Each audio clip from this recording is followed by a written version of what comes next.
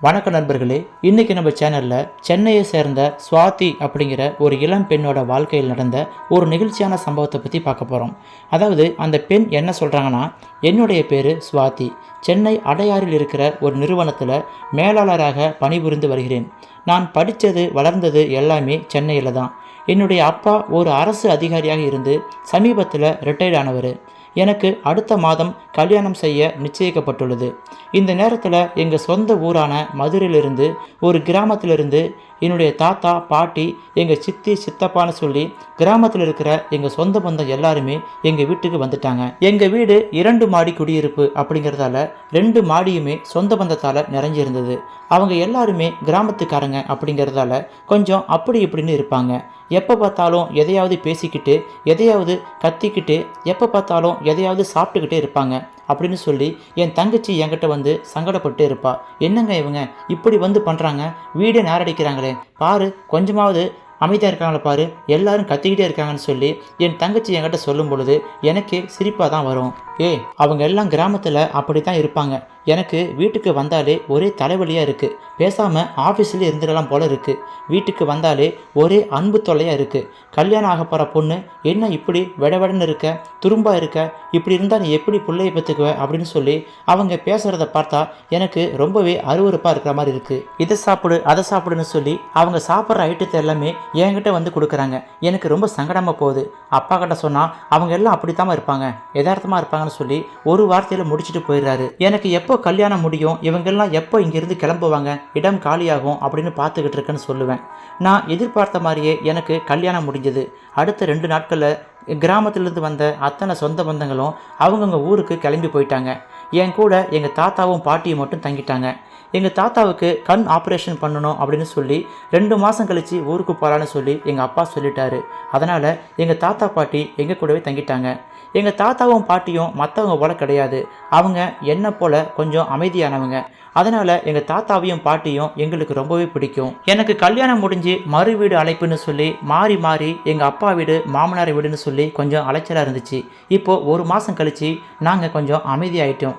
இப்போது நானும் என் கணவரும் எங்கள் அம்மா வீட்டில் வந்து தங்கியிருக்கோம், விருந்துக்கு வந்திருக்கோம். இந்த சூழ்நிலையில் என் கணவரோட தாய்மாமன் மட்டும் கல்யாணத்துக்கு வந்ததால் அவருடைய மனைவி அவங்க பிள்ளைகள் எல்லாம் கல்யாணத்துக்கு வந்து கலந்துக்க முடியலன்னு சொல்லி இப்போது 1 மாதம் கழித்து எங்களை பார்க்க வந்திருக்காங்க. அவங்கள பார்க்கும் பொழுது ரொம்ப ஆடம்பரமாக இருந்தது. அவங்க வந்து இறங்கின கார்கள் பார்த்தீங்கன்னா விலை உயர்ந்த காராக இருந்துச்சு. ரொம்ப பெரிய பணக்காரங்களாக இருப்பாங்க போலன்னு சொல்லி நான் நினச்சிக்கிட்டேன். அதே போல் தான் அவங்க அமெரிக்காவில் ரொம்ப பணக்காரங்களாக இருக்காங்க. அவங்க ரேஞ்சுக்கு நாங்கள்லாம் மிடில் கிளாஸ் போல் தோன்றுச்சு. ஏன்னா அவங்க அந்தளவுக்கு ரிச்சான ஆளாக இருந்தாங்க. இவங்க நம்ம வீட்டுக்கு வந்திருக்காங்களேன்னு சொல்லி எனக்கு ரொம்ப பரபரப்பாக இருந்துச்சு. உண்மையை சொல்லப்போனால் என்னுடைய அப்பாவோட பூர்வீக ஊர்லேருந்து வந்த கிராமத்து மக்களை விட இவங்களை பார்க்கும் பொழுது எனக்கு பயமாக இருந்துச்சு. ஏன்னா இவங்க பழகிற பழக்கம், அவங்களுடைய சாப்பாடு விதம் எல்லாம் பார்த்தீங்கன்னா ரொம்பவே ரிச்சாக இருந்துச்சு. நாங்கள் எப்படி இது பேலன்ஸ் பண்ண போகிறோமோன்னு சொல்லி ரொம்ப பயந்துக்கிட்டு இருந்தோம். என் கணவர் வீடு கொஞ்சம் சுமாராக தான் இருக்கும். அதனால் எங்கள் வீடு கொஞ்சம் பரவாயில்லன்னு சொல்லி அவங்க சென்னையில் இருக்கிற ஒரு வார காலம் இங்கே தங்கிக்கிறான்னு சொல்லி முடிவு பண்ணாங்க. எங்கள் அப்பாவும் மேல் போர்ஷனை ஒதுக்கி கொடுத்துடலாம், அவங்க அங்கேயே தங்கிக்கிட்டோம், கீழே இருந்து அவங்களுக்கு தேவையான சாப்பாட்டெலாம் கொடுங்கன்னு சொல்லி எங்கள் அப்பா ஒன்றும் பார்த்து பார்த்து செஞ்சார். என் கணவரோட தாய்மாமன் பசங்கள்லாம் ஆள் பார்க்குறதுக்கு ரொம்ப அழகாக இருந்தாங்க. ஏன் நீங்கள் அவங்கள மேரேஜ் பண்ணிக்க வேண்டியதானு சொல்லும் பொழுது அவங்க எங்களெல்லாம் பொண்ணு தருவாங்களா, அவங்க எங்கள் வீட்டிலே தங்க மாட்டுறாங்க. எங்கள் அம்மா ஒரு முறை கேட்டாங்க, ஆனால் அவங்க முடியாதுன்னு சொல்லிட்டாங்க. ஏன்னா அந்த பொண்ணு அமெரிக்காவில் யாரோ ஒரு பையனை விரும்புதான், அதுவும் இல்லாமல் எங்களுக்கு பெண் தர மாட்டாங்கன்னு சொல்லி அவங்க சைடில் ரொம்ப ஸ்ட்ரிக்டாக சொல்லிட்டாங்க. எங்கள் அம்மா தான் தாய்மாமனாச்சுன்னு சொல்லி மரியாதை கொடுத்துட்ருக்காங்க. எனக்கெல்லாம் அவங்க மேலே சுத்தமாக மரியாதை கிடையாது. நீங்கள் தான் விழுந்து விழுந்து கவனிக்கிறீங்க, எனக்கு இதில் சுத்தமாக உடன்பாடு கிடையாதுன்னு சொல்லி என் கணவரும் கொஞ்சம் சங்கடப்படுவார். இருந்தாலும் என் கணவரோட சொந்தக்காரராச்சே, சொந்த தாய்மாமனாச்சே, நம்ம வீட்டுக்கு வந்திருக்காங்க, நம்ம கவனிக்காமல் இருந்தால் எப்படின்னு சொல்லி நானும் அவங்கள விழுந்து விழுந்து கவனித்தேன். ஆனால் அவங்க என்னுடைய உபசரிப்பை சரியான முறையில் மரியாதை கொடுத்து ஏற்றுக்க மாட்டாங்க. ஏதோ அப்படியா இப்படி வச்சுட்டு போமா அங்கே வச்சுட்டு போமான்னு சொல்லி ஒரு வேலையால் ட்ரீட் பண்ண மாதிரி ட்ரீட் பண்ணாங்க. எனக்கு கொஞ்சம் சங்கடமாக தான் போச்சு. என்னுடைய தாத்தா ஒரு முறை மேல் போர்ஷனுக்கு போயிட்டு அவங்கக்கிட்ட பேச்சு கொடுத்தாரு. அப்போது அவங்களுக்கு என் தாத்தாவை பார்த்தாவே பிடிக்கல. கீழே போங்க, நாங்கள் அங்கே வரோன்னு சொல்லி ஒரு மாதிரி யாரோ ஒரு ஆளை திறத்துற மாதிரி திறத்துனாங்க. எங்களுக்கு ரொம்ப சங்கடமாக போச்சு. என்னடா நம்ம வீட்டில் இருந்துக்கிட்டு நம்ம தாத்தாவையே இப்படி மிரட்டுறாங்களே, நம்ம தாத்தாவையே இப்படி பிச்சைக்காரனை வெட்டுற மாதிரி வெட்டுறாங்களே. நம்ம தாத்தா பார்க்குறதுக்கு ரொம்ப டீசெண்டாக தான் இருப்பார், என்ன கொஞ்சம் கிராமத்து ஆள், இருந்தாலும் அவங்க கிராமத்து ஆளை பார்த்ததே இல்லையா, என்ன இவங்க அமெரிக்காவிலே பிறந்து அங்கேயே வளர்ந்தாங்களா, இங்கிருந்து தான் அங்கே போனாங்க அப்படின்னு சொல்லி எனக்கு அவங்க மேலே கோபம் வந்துச்சு.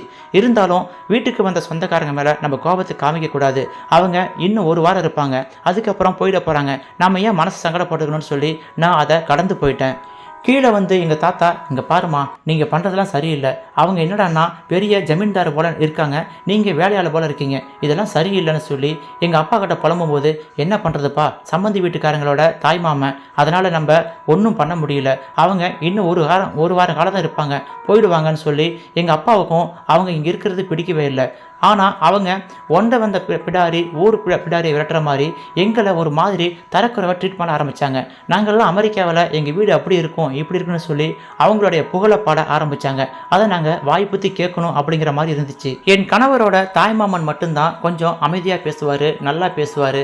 அந்த தாய்மாமனோட ஒய்ஃபு, அவங்க பசங்க, இன்னும் வந்திருக்கிற 2 பேரெல்லாம் எங்களை ஒரு மாதிரி பார்க்குறாங்க, அதாவது ஏளனமாக பார்த்தாங்க. இவங்களாம் ஒரு மனுஷங்களா அப்படிங்கிற மாதிரி பார்ப்பாங்க. எனக்கு இது சுத்தமாக அருவருக்கும்படியாக இருக்கும். கண்டிப்பாக இவங்களை இங்கேருந்து விரட்டணும் அப்படிங்கிற மாதிரி நினச்சிக்கிட்டு இருப்பேன். ஒரு முறை மேல் போர்ஷன்லேருந்து கீழ் போர்ஷனில் இருக்கிற எங்கள் வீட்டுக்கு அந்த தாய்மாமன் பொண்ணு வந்து பார்த்தாங்க. அப்போது வாங்க வந்து சாப்பிடுங்கன்னு சொல்லும் பொழுது, ஐயையே அது எங்களுக்கு சாப்பாடில் வேண்டாம், நாங்கள் இப்போ தான் ஹோட்டலில் ஆர்டர் பண்ணி சாப்பிட்டோம் அப்படின்னு சொல்லி எங்களுடைய சாப்பாடு முறையை ஒரு மாதிரி பார்த்தாங்க. இது எங்கள் தாத்தாவுக்கு சுத்தமாக பிடிக்கல. அவர் முகத்தை தூக்கிக்கிட்டு அவர் ஓரமாக போய் உட்காந்துட்டாரு.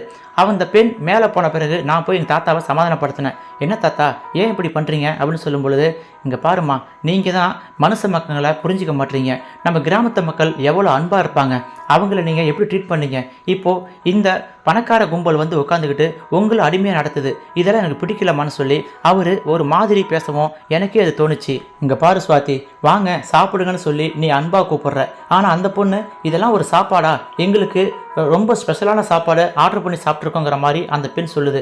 இங்கே பாருமா, காலை ரொம்ப கெட்டு போய் கிடக்குது, சென்னை வாழ்க்கை எனக்கு பிடிக்கல, என் கிராமத்து வாழ்க்கை தான் எனக்கு பிடிக்குது, வாங்க உட்காந்து சாப்பிடுங்கன்னு சொன்னால் உடனே உட்காந்து சாப்பிட்ற வெள்ளந்தியான ஆட்கள் இங்கே கிடையாது, அது கிராமத்தில் மட்டும்தான். நம்ம வீட்டில் வாங்க சாப்பிடுங்கன்னா போடுங்க மதினி சாப்பிட்றேன்னு சொல்லி அன்போடு அவங்க உட்காந்துக்குவாங்க. அப்படிப்பட்ட மக்கள் வாழ்ந்த பூமியிலேருந்து வந்தவன் நான். இதெல்லாம் பார்த்துக்கிட்டு என்னால் இருக்க முடியல, நான் கிராமத்துக்கே போகிறேன்னு சொல்லி எங்கள் தாத்தா அடம்பிடிக்க ஆரம்பித்தார். உண்மையாலுமே எனக்கு அப்போ தான் அந்த கிராமத்து மக்களோட பாசம் புரிய ஆரம்பிச்சுது. வாமா சாப்பிடுமான்னு சொல்லி அவங்க எனக்கு ஊட்டி விட வர்றது, நான் அதை அருவருக்கும்படியாக பார்த்ததெல்லாம் பார்த்தா எனக்கே கொஞ்சம் ரொம்ப கேவலமாக இருந்துச்சு. நம்ம ஏன் இப்படி நடந்துக்கிட்டோம்? ஆக மொத்தம் பணம் தான் வாழ்க்கையா? ரிச்சான வாழ்க்கை வாழ்ந்தா அவங்களுக்கு தான் மரியாதை தரணுமா? கிராமத்து மக்கள் எந்த அளவுக்கு அன்போடு உபசரித்தாங்க. இங்கே வந்து இருந்த ரெண்டு வார காலமும் என்னை எப்படி தாங்கன்னு தாங்கினாங்க. நான் எப்படா அவங்க காலி பண்ணுவாங்க, எப்படா இங்கேருந்து போவாங்கன்னு சொல்லி பார்த்துட்டேன்னு நான் எவ்வளோ மோசமான பெண்ணாக மாறிட்டேன், இப்போ தான் எனக்கு புரியுதுன்னு சொல்லி, இங்கே பாரு தாத்தா, நாம் உடனடியாக கிராமத்துக்கு போகிறோம். இந்த கும்பலை இங்கேருந்து விரட்டின பிறகு நாம் அடுத்த நாளே கிராமத்துக்கு போகிறோம். நம்ம மக்கள்லாம் பார்க்கணும் போல இருக்குன்னு சொல்லி நானும் என் தாத்தா கூட சொல்லும் பொழுது என் தாத்தா என்னை புரிஞ்சுக்கிட்டாரு. இப்போ தான் நீ என் பேத்தியாக இருக்க, இப்போ தான் நீ மனுஷ மக்களோட புரிஞ்சுக்கிட்ட, பணம் மட்டும் வாழ்க்கை இல்லைம்மா, பாசம்தான் வாழ்க்கைன்னு சொல்லி எனக்கு அட்வைஸ் பண்ண ஆரம்பித்தார் எங்கள் தாத்தா. என் கணவருக்கே அவங்க தாய்மாமன் குடும்பத்தை பிடிக்கல, எனக்கு மட்டும் என்ன, அவங்க பணக்காரங்களாக இருக்காங்க அப்படின்னு ஒரு காரணத்துக்காக நான் அவங்களுக்கு மரியாதை தரணுமா? ஒரு சராசரி மனுஷனை மதிக்க முடியாத அவங்களுக்கு நான் எதுக்கு மரியாதை தரணும்னு சொல்லி நான் முடிவு பண்ணிட்டேன். அவங்க ஊருக்கு போகும்போது கூட என்கிட்ட போயிட்டு வரேன்னு சொல்ல கிடையாது, நாங்களும் அதை எதிர்பார்க்க கிடையாது. அவங்க பாட்டுக்கும் காரில் ஏறி போயிட்டாங்க. எங்களுக்கு இனிமேல் இந்த கும்பலை பார்க்கக்கூடாது, நாளை முன்ன இவங்க ஊருக்கு வந்தால் கூட அவங்கள மதிக்கக்கூடாதுன்னு சொல்லி முடிவு பண்ணிட்டோம். எங்கள் தாத்தா சொன்ன மாதிரி வாமா சாப்பிடுமான்னு சொன்னால் இதோ சாப்பிட்றேன்னு சொல்லி உட்காந்து சாப்பிட்ற வெள்ளந்தி மனசு அவங்கள்ட்ட கிடையாது, அது அந்த கிராமத்து மக்கள்கிட்ட தான் இருக்குதுன்னு சொல்லி நான் புரிஞ்சுக்கிட்டேன். கிராமத்து மக்களோட மனசு ரொம்ப புனிதமானது, ரொம்ப தூய்மையானதுன்னு சொல்லி ஒரு சகோதரி நம்மக்கிட்ட இந்த செய்தியை பகிர்ந்திருக்காங்க. இந்த செய்தியை பற்றி உங்களுடைய கருத்துக்களை மறக்காம கமெண்டில் பதிவிடுங்கள். இது போன்ற நெகிழ்ச்சியான சம்பவங்கள் உங்களுடைய வாழ்க்கையில் நடந்திருக்காங்கிறத பற்றியும் உங்களுடைய எக்ஸ்பீரியன்ஸை மறக்காமல் ஷேர் பண்ணுங்கள். இந்த வீடியோ பிடிச்சிருந்தா லைக் பண்ணுங்கள். இந்த வீடியோவை உங்கள் நண்பர்களுக்கும் ஷேர் பண்ணுங்கள். மீண்டும் இது போன்ற சுவாரஸ்யமான செய்திகள் உங்களுக்கு உடனுக்குடன் வர வேண்டும் என்றால் நமது சேனலை மறக்காமல் சப்ஸ்கிரைப் பண்ணிக்கொண்டு ஆதரவு தாருங்கள். மீண்டும் அடுத்தடுத்த வீடியோவில் சந்திக்கலாம். தேங்க்யூ ஃபார் வாட்சிங். சுவாரஸ்யமான உண்மை சம்பவங்களையும் நெகிழ்ச்சியான சம்பவங்களையும் உடனுக்குடன் தெரிந்து கொள்ள நமது சமூக திரை சேனலை சப்ஸ்கிரைப் பண்ணிக்கொண்டு ஆதரவு தாருங்கள்.